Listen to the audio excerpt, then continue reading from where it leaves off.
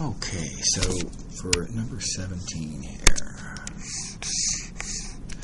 So this one, follow the hints, is the big first idea. So it says apply the 2D Gauss divergence theorem. All right, so that's written several pages back. We're going to apply it to the vector field q comma negative p. All right, and then do something else. We'll come to the something else later. So for the moment, let's just do as we've been told here. We'll start off with we've got this region D. Its boundary curve is C, right? And Gauss's divergence theorem says that, looking at the unit normal vector there, little n.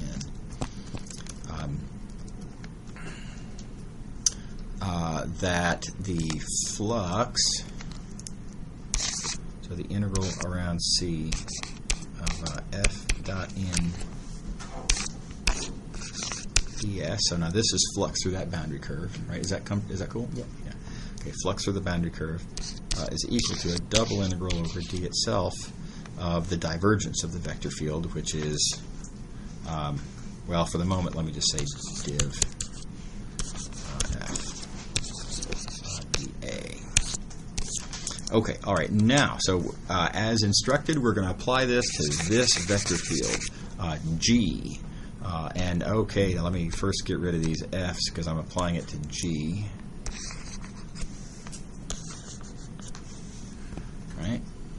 Because we're applying it to that vector field G. All right, so fine, let's do that. Now, importantly, notice that the components of G are Q. Let me write it down over here where I can see it.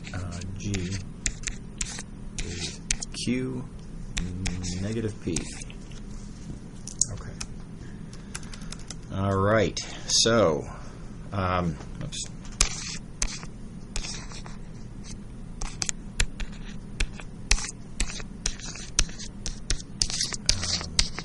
All right, let's write down the divergence. Well, divergence is x partial of the first component plus y partial of the second.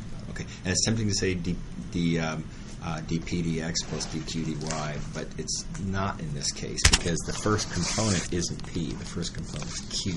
It's a weird. It's an alphabetically odd scenario, but x partial of the first component plus y partial of that second component, and it's just that that's q and that's negative p. All right, is everybody happy with that? Okay. So notice all I've done is do what I'm told, and I've applied the 2D Gauss divergence theorem to this vector field. Okay. And maybe I'll rewrite this a little bit just for sort of convenience. This is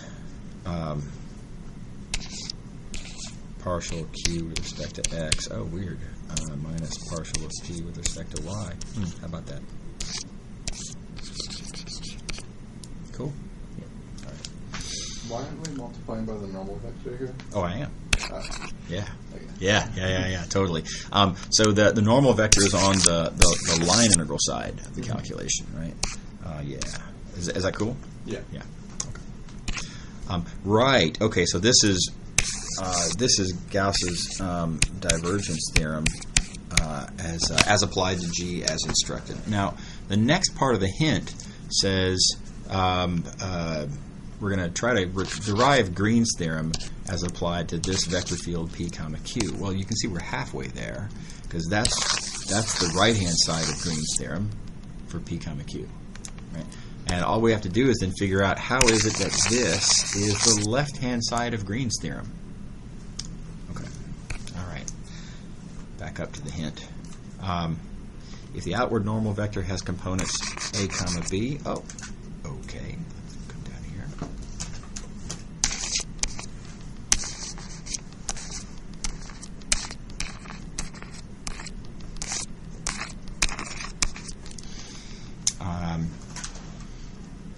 Then the counterclockwise unit tangent vector T has these components negative BA.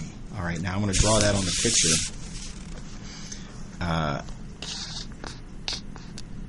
That's that vector.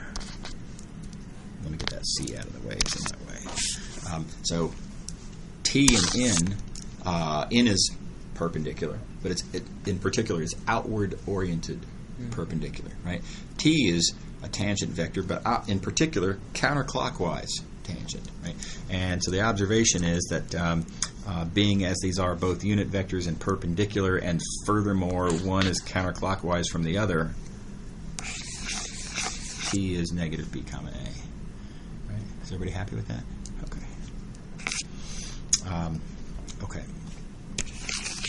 And they say use this to show that G dot N is equal to F dot T. Okay, well, where's G on this picture, and where is F on this picture? I'm going to draw G like this. It's Q comma negative P. And now let me ask, what would happen, and I keep getting in my own way, let me put the T there. What would happen if I were to take this vector and rotate it 90 degrees counterclockwise? Well, here's the rule. If you want to rotate something 90 degrees counterclockwise, you take the two components, right? You switch their positions. Write that well. You switch their positions, and you put a minus sign on the first one. That's how you rotate something counter. It's the same way we rotated AB counterclockwise to become that. You switch the two coordinates and put a minus sign on the first coordinate. Yeah, everybody happy? Okay. So same idea applied to this. Rotates that around to give me that, which, by the way, you'll notice is exactly PQ, namely F. So weirdly, if G is that, then F is that, and they're exactly in this sort of like 90 degrees rotated counterclockwise arrangement. Right? So conveniently, the same is true of that little n and this little t. Right, so these two green vectors, these two blue vectors, and I mean the pair of green vectors, both of them get just rotated 90 degrees counterclockwise to make these two corresponding blue vectors. Everybody see that? Okay. So now, what happens to the dot product when you rotate like this? Well, both of them, the whole picture is getting rotated, which means the magnitudes aren't changing. The angles between them aren't changing because both vectors are rotated the same exact amount, and therefore the dot product doesn't change. And therefore, G dot N, that dot product, well, let me do that a little bit differently. That dot product is equal to F dot T, namely that dot product. Everybody happy? So G dot N equals F dot T, and so we're basically done at this point. We just have to then say, okay, well, G dot N is F dot T. And sure enough, lo and behold, we have proved Green's theorem from Gauss's divergence theorem. Everybody happy?